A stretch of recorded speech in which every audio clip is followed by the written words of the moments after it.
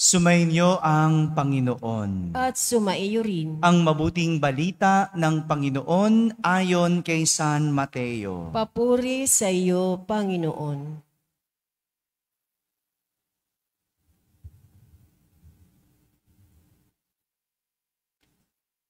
Noong panahong iyon, sinabi ni Jesus sa kaniyang mga alagad, "Huwag ninyong akalaing naparito ako upang pawalang bisa ang kautusan at ang aral ng mga propeta. Naparito ako hindi upang pawalang bisa, kundi para ipaliwanag at ganapin ang mga iyon. Tandaan ninyo ito, magwawakas ang langit at ang lupa, ngunit ang kaliit-liitang bahagi ng kautusan ay di mawawalan ng bisa hanggat hindi nagaganap ang lahat. Kaya't sino mang magpawalang halaga kahit sa maliliit o kaliit-liitang bahagi nito at magturo ng gayon sa mga tao ay ibibilang na pinakamababa sa kaharian ng Diyos. Ngunit ang gumaganap ng kautusan at nagtuturo na tuparin iyon ay ibibilang na dakila sa kaharian ng Diyos." Mga kapatid, ang mabuting balita ng Panginoon. Pinupuri ka namin, Panginoong Hesukristo. Magsiupo ang lahat at makinig sa homilya. Isang magandang umaga po sa inyong lahat. Magandang umaga rin sa mga nasa barangay na nakakapakinig ng ating banal na misa, sa lahat ng mga nasa tahanan na nagsisimba via online, at sa lahat ng nasa abroad. Isang magandang araw po sa inyong lahat. Kasama kayo sa aming banal na pagdiriwang dito sa ating parokya. Kung babalikan natin ang lahat ng masasamang nagawa ng mga Pariseyo at Eskriba kay Jesus, ito ay nagmula dahil hindi nila naunawaan si Jesus. Maraming nagawa na hindi maganda ang mga Pariseyo at Eskriba dahil hindi nila naiintindihan si Jesus. Marami silang pagpaparatang kay Jesus. Andyang kumakain kasama ang mga makasalanan. Andyang nilalabag ang batas tungkol sa araw ng pamamahinga. Andyang nagpapatawad si Jesus ng mga kasalanan na para sa mga Pariseyo hindi dapat. At kung ano-ano pang mga pinaratang kay Jesus.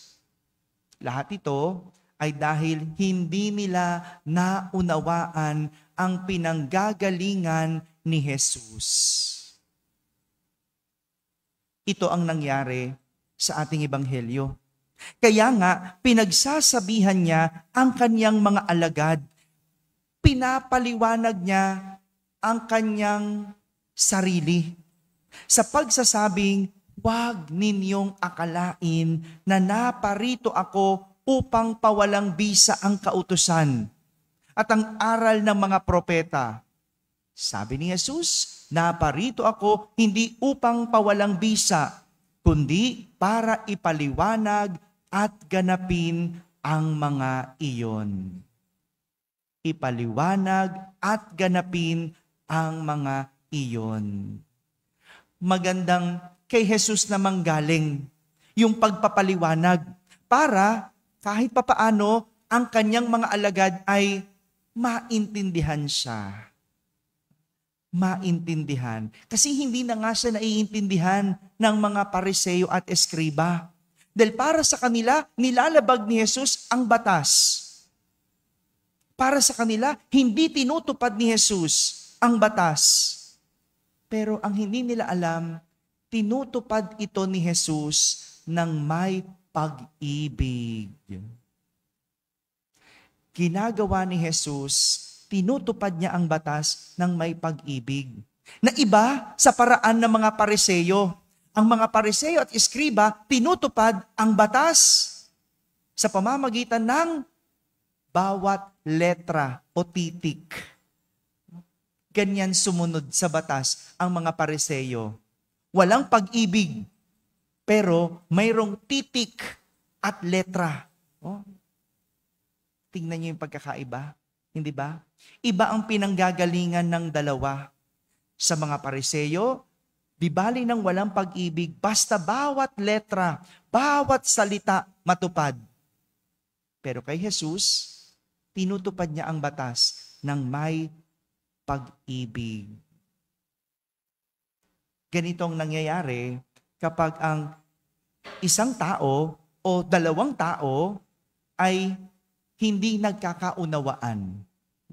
Kapag walang nakikinig, walang marunong makinig at walang marunong tumanggap ng paliwanag, hindi nagkakaroon ng pagkakaunawaan. Kaya nga sa pamilya, may gulo kasi walang gustong makinig. Kaya nga sa eskwela, may bumabagsak kasi walang nakinig o hindi nakinig sa turo.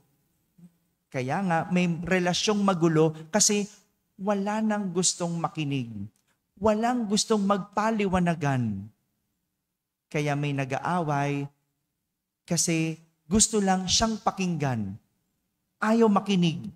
Ayaw tumanggap ng paliwanag. At talaga naman, kapag hindi nagkakaunawaan, magiging magulo at madalas masama ang nagagawa ng tao. Kaya kaya magulo kasi walang pagkakaunawaan ang tao. Siguro inisip ko kung ang mga Pariseo nakinig kay Jesus, inunawa ang pinanggagalingan ni Jesus, hindi kailangan ni Jesus ipaliwanag ang kanyang sarili sa kanyang mga alagad. Siguro kung marunong silang makinig, naintindihan nila kung saan nanggagaling si Jesus. Ngayong araw na ito, inaalala natin si San Bernabe, isang apostol. Si San Bernabe, alam niyo po, nagkaroon din ng hindi pagkakaunawaan kay San Pablo. No? Noon, magkasama sila. No? Magkasama sila sa misyon. Magkasama silang nangangaral. Pero noong nagkaroon ng hindi pagkakaunawaan, maging si San Bernabe at San Pablo ay naghiwalay. Nagkanya-kanya ng landas. No? Diba ganyan ang nangyayari? Kapag hindi nagkakaroon ng pagkakaunawaan, ang dali na lang maghiwalay. Pero ang maganda sa dalawang ito, hindi man sila nagkaunawaan, ang inunawa nila, si Jesus. Ang sinundan nila, si Jesus. Kaya kahit magkahiwalay, tuwid ang kanilang landas. Tuwid ang landas. Ito'y magandang aral sa atin. Sa mga oras o panahon na walang pagkakaunawaan, punta ka kay Jesus. Itutuwid niya ang iyong landas. Magandang tignan sa ating mga relasyon. Kung mayroong hindi pagkakaunawaan, mag-usap. Kung di kayang mag-usap, magdasal ka muna. Punta ka muna kay Jesus. Baka maliwanagan ka o maliwanagan ka. Sa panahon ngayon, iba-iba tayo ng mga pinanggagalingan, di ba? At iba-iba ang pamamaraan ng pakikipag-usap. Meron sa pamilya, hindi na nag-uusap, pero nagchat-chat. Sa GC na lang nag-uusap, no? Paano ko magkakaliwanagan sa GC? No? Yung group chat, no? Di ba? Pag sa text yan o chat, walang pakiramdam. Hindi mo alam, galit ba? No? Kailangan mo palagyan ng smiling face. No? Pag nakalimutan mo lagyan ng smiling face, basa ng nanay mo, galit ka. Hello. Sa mga nagchat-chat dyan, di ba? O, pag hindi mo nalagyan ng he, o akala hindi ka nagbibiro. No? Di ba? Kakaiba rin tayo mag-usap ano? No? Hindi ko alam, pinadali ba o mas naging komplikado ang pakikipag-usap.